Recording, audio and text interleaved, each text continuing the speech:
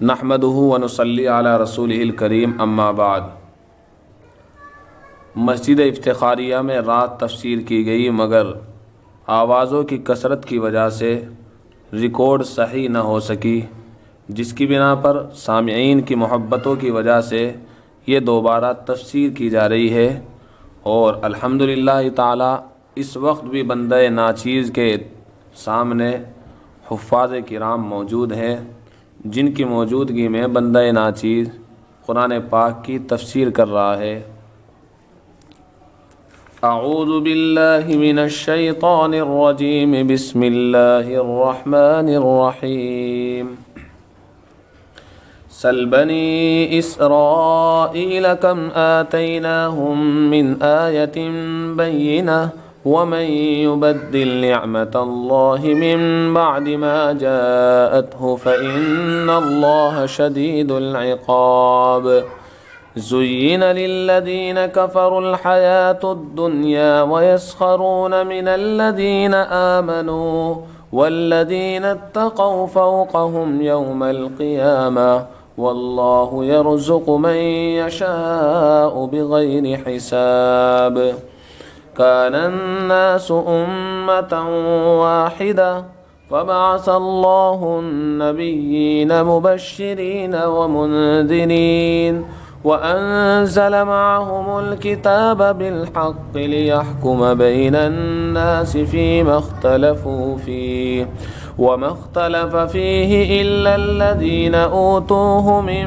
بعد ما جاءتهم البينات بغيا بينهم فهدى الله الذين آمنوا لما اختلفوا فيه من الحق بإذنه والله يهدي من يشاء إلى صراط مستقيم صدق الله العظيم۔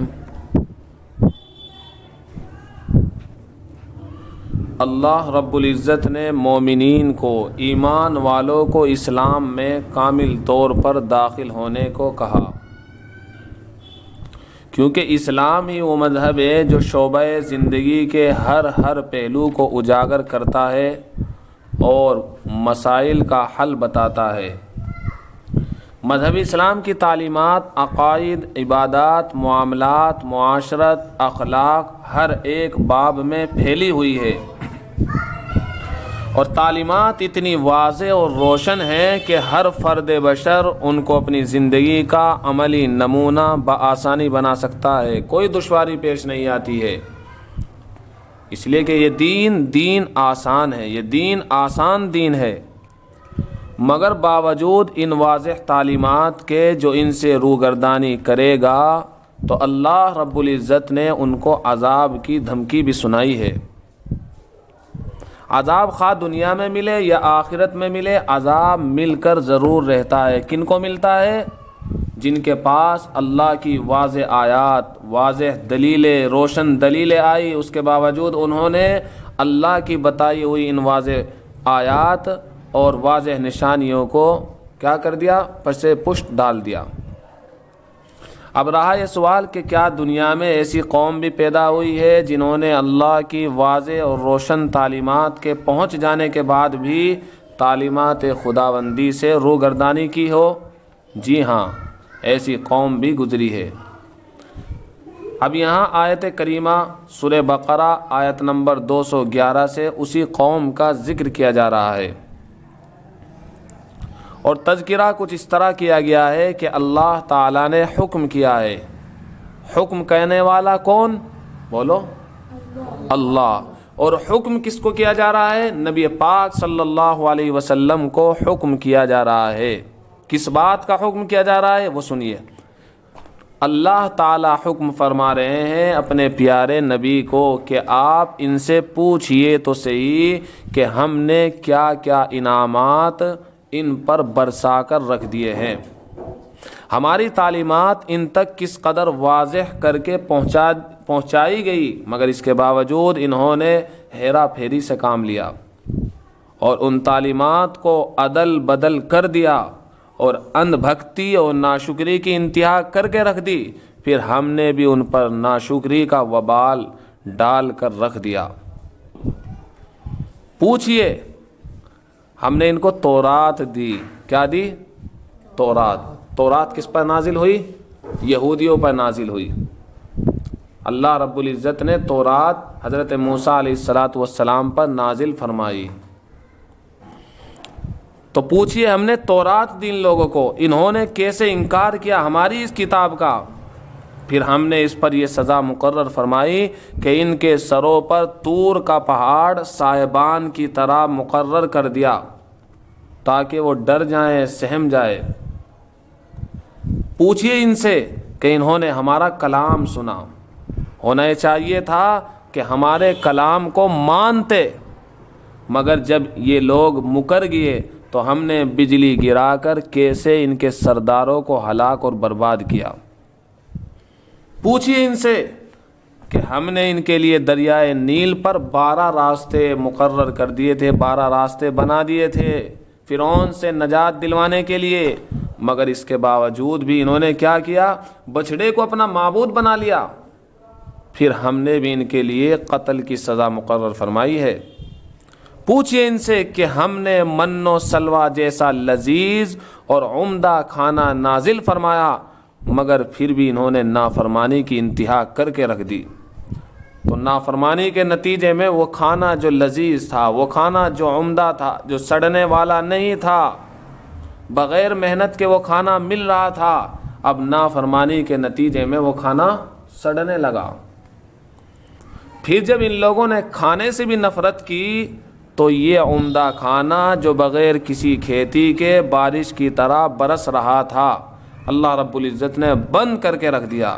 اب کھیتی کی مصیبت ان پر آ پڑی.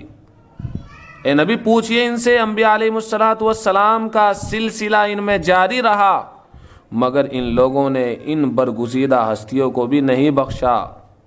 قتل کیے ہیں انہوں نے انبیاء علیہ السلام کے، تو پھر ہم نے ان سے سلطنت اور حکومت چھینی ہے. اور بھی سورہ بقرہ کے شروع میں بہت سارے معاملات پیش آئے جو گزر چکے ہیں. بہرحال اللہ تعالیٰ نے اپنے نبی کے ذریعے پوچھ گچھ کروائی بنی اسرائیل سے، اور یہ پوچھ گچھ بطور تنبیہ اور بطور دھمکی کے تھی. سوال کیے ان لوگوں سے سوال کریے، کیسی کیسی نعمتیں ہم نے برسائی ہے، سوال کریے، بنی اسرائیل سے سوال کیجئے. اس کے بعد اللہ تعالیٰ نے اپنا عام قاعدہ بیان فرمایا کہ یہ سزائے کوئی یہودیوں ہی کے لیے خاص نہیں ہے. جو بھی اتنی بڑی نعمت یعنی واضح نشانیوں کو بدل ڈالے تو پھر اللہ تعالیٰ سخت عذاب دینے والے ہیں. ان اللہ شدید العقاب. سل بنی اسرائیل کم آتیناہم من آیت بینہ. آپ سوال کیجئے بنی اسرائیل سے کہ ہم نے ان کو کتنی واضح نشانیاں کھلی کھلی عطا کی ہیں، لیکن انہوں نے کیا کیا؟ ان آیتوں کو، ان نشانیوں کو بدل دیا، ٹھکرا دیا. اب اللہ رب العزت قاعدہ بیان فرما رہے ہیں، وَمَن يُبَدِّلْ نِعْمَةَ اللَّهِ مِن بَعْدِ مَا جَاءَتْهُ فَإِنَّ اللَّهَ شَدِيدُ الْعِقَابِ. جو کوئی بھی بدل ڈالے اللہ کی نعمت کو، اس کے پاس اللہ کی نعمت کے پہنچ جانے کے بعد بھی، ارے اللہ کی نعمت اس کے پاس آئی، واضح نشانیاں آئی، اس کو ماننا چاہیے تھا، لیکن اس نے ان کو بدل دیا، ان کو ٹھکرا دیا. تو اللہ فرما رہے ہیں ان اللہ شدید العقاب. تو پھر سزائے ملتی ہے، اللہ کا عذاب سخت ہے، آ کر رہے گا. اب سوال یہ پیدا ہوتا ہے کہ ان لوگوں نے یہ اندھبھکتی اور یہ ناشکری کیوں کی؟ اللہ رب العزت نے اگلی آیات میں علماء یہود کے پھسلنے کا اور پوری قوم کے ناشکری پر تلنے اور برقرار رہنے کی وجہ بیان فرمائی ہے اس آیت کریمہ میں. زُيِّنَ لِلَّذِينَ كَفَرُوا الْحَيَاةُ الدُّنْيَا وَيَسْخَرُونَ مِنَ الَّذِينَ آمَنُوا. اور وہ وجہ ہے دنیا کی محبت کہ جو ناشکری پر تلے ہوئے ہیں، یہ پوری قوم جو ناشکری پر تلی ہوئی ہے، برقرار ہے، اس کی وجہ ہے دنیا کی محبت. اسی لیے حدیث پاک میں فرمایا گیا ہے حب الدنیا رأس کل خطیئۃ. دنیا کی محبت ساری برائیوں کی جڑ ہے. دنیا کی محبت ساری برائیوں کی جڑ ہے. آپ نے سنا نہیں سورہ بقرہ کے شروع میں بھتیجے نے کس کا قتل کیا تھا؟ بولو، چاچا کا قتل کیا تھا. بھتیجے نے چچا کا قتل کیا تھا. کیوں؟ دنیا بٹورنے کے لیے، دنیا کی محبت کی خاطر. اور پھر قاتل کا پتہ دریافت کرنے کے لیے ذبح بقرہ، گائے کی قربانی والا معاملہ بھی پیش آیا تھا. بہرحال یہ علت اور وجہ اللہ رب العزت نے بیان فرمائی ہے ان کے راہ مستقیم سے ہٹنے اور پھسلنے کی. وہ کیا ہے؟ دنیا کی محبت. زین للذین کفروا الحیات الدنیا، فریفتہ کر دیا گیا ہے کافروں کے لیے دنیا کی زندگی کو. ان کو دنیا کی زندگی بڑھیا لگتی ہے. وَيَسْخَرُونَ مِنَ الَّذِينَ آمَنُوا، اور یہ مذاق اڑاتے ہیں کن کا؟ ایمان والوں کا. حضرت بلال، صہیب، عمار اور حضرت عبداللہ ابن مسعود، یہ صحابی غریب صحابی تھے. ان لوگوں کا مذاق اڑایا کرتے تھے. ارے ان لوگوں کو دیکھو، کپڑے بھی پہننے کے لیے صحیح طریقے سے نہیں ہے، کھانے کے لیے ان کے پاس کھانے نہیں ہے. یہ اسلام کو اپنانے کے لیے، اسلام کو پھیلانے کے لیے چلے ہیں، ان کے منہ کو دیکھو.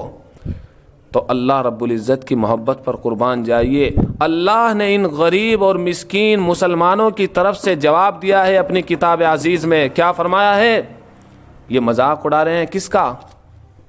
مسلمانوں کا مذاق اڑا رہے ہیں. والذین اتقوا فوقہم یوم القیامہ، اللہ جواب دے رہا ہے متقی لوگ ہی قیامت کے دن ان سے اوپر ہوگے. متقی لوگ ہی ان لوگوں سے اوپر ہو کر رہیں گے. فَأَمَّا الَّذِينَ، آیت کریمہ ہے دوسری، فَأَمَّا الَّذِينَ آمَنُوا مِنَ الْكُفَّارِ يَضْحَكُونَ عَلَى الْأَرَائِكِ يَنظُرُونَ هَلْ ثُوِّبَ الْكُفَّارُ مَا كَانُوا يَفْعَلُونَ. قیامت کے دن ایمان والے مذاق اڑائیں گے. کس کا مذاق اڑائیں گے؟ کافروں کا مذاق اڑائیں گے. ایمان والے کافروں کا مذاق اڑائیں گے. آج یہ دنیا میں کس کا مذاق اڑا رہے ہیں؟ ایمان والوں کا مذاق اڑا رہے ہیں. اور کل قیامت کے دن کیا ہوگا؟ اس کا الٹا ہو جائے گا. مسہری پر بیٹھے ہوئے ہوگے، جنت کے مزے اڑا رہے ہوگے. کون؟ ایمان والے. اور ایمان والے پھر کافروں کا مذاق اڑائیں گے. فَأَمَّا الَّذِينَ آمَنُوا مِنَ الْكُفَّارِ يَضْحَكُونَ عَلَى الْأَرَائِكِ يَنظُرُونَ. تو اللہ فرما رہے ہیں وَالَّذِينَ اتَّقَوْا فَوْقَهُمْ يَوْمَ الْقِيَامَةِ، یہی پرہیزگار قیامت کے دن کیا ہوگے؟ ان لوگوں سے اوپر ہوگے، ان کے درجے بلند ہوگے. وَاللَّهُ يَرْزُقُ مَن يَشَاءُ بِغَيْرِ حساب. رہا رزق کا معاملہ، یہ اترا رہے ہیں، یہ گھمنڈ کر رہے ہیں کہ اللہ رب العزت نے ان کو سلطنت دے رکھی ہے، حکومت دے رکھی ہے، مال و دولت دے رکھا ہے. یہ بہت اترا رہے ہیں، بہت گھمنڈ کر رہے ہیں کہ ہمارے پاس حکومت ہے، سلطنت ہے. تو سن لو، رزق دینے والی ذات کس کی ہے؟ اللہ کی ہے. واللہ یرزق من یشاء بغیر حساب، بغیر حساب کے اللہ جس کو چاہتا ہے رزق دے دیتا ہے. وہ تو کوئی حساب بھی نہیں رکھتا ہے، حساب کر کے بھی نہیں دیتا ہے، بغیر حساب کے. ارے حساب تو وہ کرے جس کے یہاں کوئی کمی ہو، اللہ کے یہاں کوئی کمی نہیں ہے. تو جب اللہ نے رزق دیا ہے، اللہ نے حکومت دی ہے، جس طرح حکومت دی ہے وہ لینا بھی جانتا ہے. چنانچہ دنیا نے دیکھا ہے کہ قیصر و کسریٰ کے تاج و تخت ان غریب مسلمانوں کی جوتیوں میں آ کر گرے ہیں. یہ دنیا نے دیکھا ہے. اللہ اکبر کبیرہ، یہ میرا اللہ ہے، یہ سب کا اللہ ہے. واللہ یرزق من یشاء بغیر حساب. کان الناس امۃ واحدہ فبعث اللہ النبیین مبشرین ومنذرین. اس آیت کریمہ میں مسلمانوں کو اللہ رب العزت نے مزید تسلی دی ہے کہ جس راہ مستقیم کو تم اپنا رہے ہو اے مسلمانوں، یہی راہ اور یہی رستہ پرانا رستہ ہے. اسی رستے کی برقراری کے لیے ہم نے یکے بعد دیگر انبیاء علیہ الصلاۃ والسلام کو دنیا میں بھیجا ہے اور کتاب دے کر بھیجا ہے. ان کے ساتھ کتاب بھی نازل فرمائی ہے. مگر اے مسلمانوں، پتہ بھی ہے اختلاف کس نے کیا؟ اللہ مسلمانوں کہہ رہے پتہ بھی ہے اختلاف کس نے کیا ہے، دین کو بدلا کس نے ہے. ہم نے تو انبیاء علیہ الصلاۃ والسلام کو بھیجا ہے، کتابیں دے کر بھیجا ہے. وہ کون سی قوم تھی جس نے کتابوں کو بدلا ہے؟ پتہ ہے کس نے کتابوں کو بدلا ہے؟ اختلاف کس نے کیا ہے؟ علماء یہود نے اختلاف کیا ہے. اور پتہ ہے کہ اختلاف کب کیا ہے؟ اس وقت کیا ہے جب ان کے پاس روشن دلیلیں اور واضح احکامات آ چکے تھے، وہ جان چکے تھے، وہ پہچان چکے تھے، ہر ایک مسئلہ ان کے لیے روشن تھا، دن کی طرح روشن تھا، سورج کی طرح روشن تھا، جانتے پہچانتے تھے۔ اس کے باوجود انہوں نے کیا کیا؟ دین کو بدل دیا۔ دین کو کیوں بدلا؟ اللہ اس کی بھی وجہ بتا رہے ہیں، ہٹ دھرمی کی وجہ سے۔ اور وہ ہٹ دھرمی کیا تھی؟ یہی حب دنیا، دنیا کی سرداری، یہ رشوت، یہ حرام خوری، اس کی وجہ سے انہوں نے کیا کیا؟ دین کو بدل کر رکھ دیا۔ سنیے، کان الناس امتا واحدہ، سب لوگ ایک ہی دین پر برقرار تھے، تو اللہ رب العزت نے نبیوں کو بھیجا۔ نبی کیوں آتے تھے؟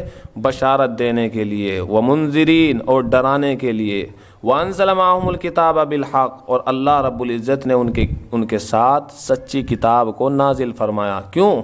لیحکم بین الناس فیما اختلفوا فیہ، تاکہ وہ لوگوں کے درمیان اس سچی بات میں فیصلہ فرما دیں جن میں وہ اختلاف کر رہے ہیں۔ اور اختلاف کس نے کیا؟ وَمَا اخْتَلَفَ فِيهِ إِلَّا الَّذِينَ أُوتُوهُ مِن بَعْدِ مَا جَاءَتْهُمُ الْبَيِّنَاتُ بَغْيًا بَيْنَهُمْ، اختلاف اس میں کیا ہے کن لوگوں نے؟ جن کو کتاب دی گئی ہے۔ کب کیا ہے؟ مِن بَعْدِ مَا جَاءَتْهُمُ الْبَيِّنَاتُ، ان کے پاس واضح آیات اور واضح اور روشن آیات کے آ جانے کے بعد، احکامات روشن آئے تھے، یہ پہچانتے اور جانتے تھے۔ اختلاف کیوں کیا؟ بغیم بینہم، آپس کی ضد کی وجہ سے انہوں نے اختلاف کیا۔ یہ تو ان ہٹیوں کا طرز تھا، یہ ہٹی تھے، ہٹی جانتے تھے مگر مانتے نہیں تھے، یہ ہٹی تھے۔ مگر ایسے بھی سچے اور اچھے بندے ہیں جو باوجود ان کے اختلاف کہنے اور واضح احکامات کو بدلنے کے اس راہ ہدایت پر برقرار ہے۔ وہ کون ہے؟ اللہ فرما رہے ہیں فَهَدَى الَّذِينَ آمَنُوا لِمَا اخْتَلَفُوا فِيهِ مِنَ الْحَقِّ بِإِذْنِهِ، پھر اب ہدایت کی اللہ رب العزت نے ایمان والوں کو، کس بات کی؟ اس سچی بات کی جس میں یہ لوگ جھگڑا کر رہے ہیں، اپنے فضل سے، اپنی مہربانی سے۔ واللہ یہدی من یشاء الی صراط مستقیم، اس جملے کے ذریعے اللہ رب العزت مسلمانوں کی نیت کو درست فرما رہے ہیں۔ کہیں ایسا نہ ہو کہ ان کے دلوں میں تکبر آ جائے، بڑائی آ جائے۔ اللہ فرما رہے ہیں یہ سب کچھ اللہ کے فضل اور اللہ کی مہربانی سے ہوا۔ اے مسلمانوں، جو تم مسلمان ہو یہ اللہ کی مہربانی سے ہوا ہے۔ کہ تم مسلمان اور مذہب اسلام پر برقرار ہو، یہ کس کی مہربانی سے ہوا؟ اللہ کی مہربانی سے ہوا۔ دوستو، مطلب قریب قریب واضح کر دیا گیا۔ اس آیت کریمہ میں شروع کا ایک کلمہ ہے کان الناس امتا واحدہ، جس میں بتلایا گیا ہے کہ تم سب لوگ ایک امت پر برقرار تھے، ایک دین پر برقرار اور قائم تھے۔ سوال یہ پیدا ہوتا ہے یہاں وحدت سے اور یکجٹ ہونے سے کون سی وحدت اور کون سا اتحاد مراد ہے؟ سمجھئے، یہاں جو اتحاد کی بات ہو رہی ہے کہ تم سب لوگ اتحاد پر قائم تھے، تو یہاں پر اتحاد سے کون سا اتحاد مراد ہے؟ تو جواب یہ ہے کہ یہاں وحدت سے اور یہاں اتحاد اور اتفاق سے وحدت عقیدہ مراد ہے، عقیدے کا ایک ہونا، عقیدے کا ایک ہونا۔ تو اب مطلب آیت کا یہ ہوا کہ ایک زمانہ یہ بھی گزرا ہے جب کہ تمام افراد انسانی ایک ہی مذہب اور ایک ہی عقیدے کے رکھنے والے تھے۔ ایک وقت یہ گزرا ہے کہ تمام بنی انسان، تمام نوع انسانی ایک ہی مذہب اور ایک ہی عقیدے پر برقرار تھے۔ کیا تھا وہ عقیدہ؟